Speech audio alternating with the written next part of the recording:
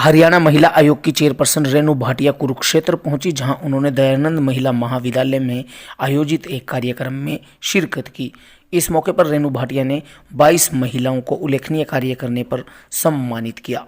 पत्रकारों से बातचीत में रेणु भाटिया ने 4 और नारी निकेतन खोलने के लिए हरियाणा के सीएम मनोहर लाल खट्टर से अनुरोध किया। हरियाणा महिला आयोग की चेयरपर्सन रेणु भाटिया ने कहा कि जहां नारी की पूजा होती है वहां देवता वास करते हैं। उन्होंने कहा कि हमारे देश में महिलाओं को पूजनीय माना जाता है। रेणु भाटिया दयानंद महिला महाविद्यालय के प्रांगण में महाविद्यालय और संकल्पित फाउंडेशन के संयुक्त तत्वावधान में महर्षि दयानंद सरस्वती जी की 200वीं जयंती एवं अंतर्राष्ट्रीय महिला दिवस के उपलक्ष्य में आयोजित राष्ट्रीय संगोष्ठी में बतौर मुख्य अतिथि पहुंची, जहां उन्होंने उपस्थित महिलाओं को संबोधित करते हुए कहा कि आज महिलाएं हर क्षेत्र में आगे बढ़ रही हैं, चाहे शिक्षा हो, खेल हो, समाज सेवा हो, राजनीति हो या फिर ज्ञान विज्ञान हो। महिलाएं आज किसी से किसी भी जगह पर पीछे नहीं हैं। उन्होंने कहा कि हरियाणा के विकास में भी महिलाओं की अहम भागीदारी है। रेणु भाटिया ने कहा कि जैसे करनाल में नारी निकेतन है, उसी तर्ज पर जल्द ही प्रदेश भर में 4 और नारी निकेतन खोलने के लिए उन्होंने मुख्यमंत्री मनोहर लाल से अनुरोध किया है। इनमें से एक नारी निकेतन पलवल नूह के आसपास, दूसरा नारी निकेतन यमुनानगर जगाधरी के आसपास, तीसरा नारी निकेतन रोहतक जींद के आसपास और चौथा नारी निकेतन सिरसा हिसार के आसपास खोलने का अनुरोध किया है।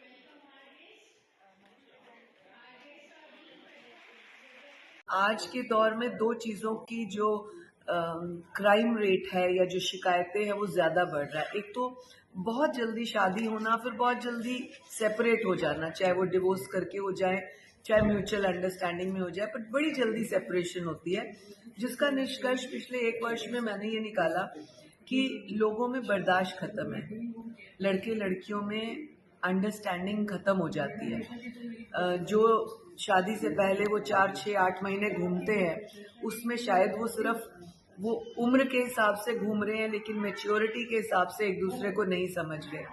तो मुझे लगता है ये भी एक बहुत बड़ा कारण है, जिसके लिए उनको काउंसिल करना समय समय पर बहुत ज़रूरी है। इसके लिए मैंने एक बात सोची है, ट्राई करेंगे, हो सकता प्रैक्टिकली वो सक्सेसफुल निकल आए, कि अगर हम शादी से पहले प्री मैरिटल शूट करते हैं, अगर हम बच्चे से पहले प्री बेबी शूट करते हैं, तो हम प्री शादी से पहले काउंसिल क्यों नहीं कर सकते उनको ना, शादी से पहले कि उनकी काउंसलिंग वो क्यों नहीं कर ले सकते हम। तो इसको करने का एक तरीका हमने ये सोचा कि जब जब भी हम किसी कॉलेजेस में जाएंगे, यूनिवर्सिटीज़ में जाएंगे, तो वहाँ हम इस बात को सामाजिक तौर पर, ह्यूमैनिटी ग्राउंड्स पर 4, 5, 6 लाइनें रखें। हो सकता है ये हमारा ट्रायल है, हो सकता है हमारी 4 प्रैक्टिकल लाइंस बताई हुई में से एक भी कोई कभी अडॉप्ट कर ले या किसी के काम आ जाए विवाह के बाद या रिश्तों के बाद, तो हो सकता है उसका परिवार बच पाए। तो ये प्रैक्टिकल ट्रायल है, क्योंकि आज के दौर में जो हमारे पास केसेस आते हैं, ऐसा नहीं कि रूरल एरिया के हैं या बिना पढ़े लिखे लोग हैं या एडवोकेट्स हैं, एडवोकेट्स जो अपना खुद दूसरों के केसेस देखते हैं, ऐसे केसेस हैं। तो आप जजमेंट नहीं कर सकते कि रिलेशन को बनाने में और छोड़ने में किसका क्या माइंडसेट चलता है। तो हम एक ट्रायल कर रहे हैं और हमने यहाँ पर भी बच्चियों को इस तरह की कुछ बातें बताई प्रैक्टिकल। और दूसरा जो बहुत ज़्यादा हमारे पास केसेस आते हैं, वो आते हैं साइबर क्राइम के। अब साइबर क्राइम के केसेस की कोई एज बार नहीं है, 5वीं, 6ठी, 7वीं के बच्चों का भी है, 12वीं तक के बच्चों का भी है, और स्कूल कॉलेजेस यूनिवर्सिटीज़ की लड़कियों लड़कों का भी है। पहले रिलेशंस में होते हैं, दोस्ती होती है, आना जाना मिलना जुलना होता है, उसके बाद अचानक वीडियो शूट्स करते हैं, हर तरह की उनकी शूट्स रहती हैं, लेकिन फिर अचानक सेपरेट हो जाते हैं।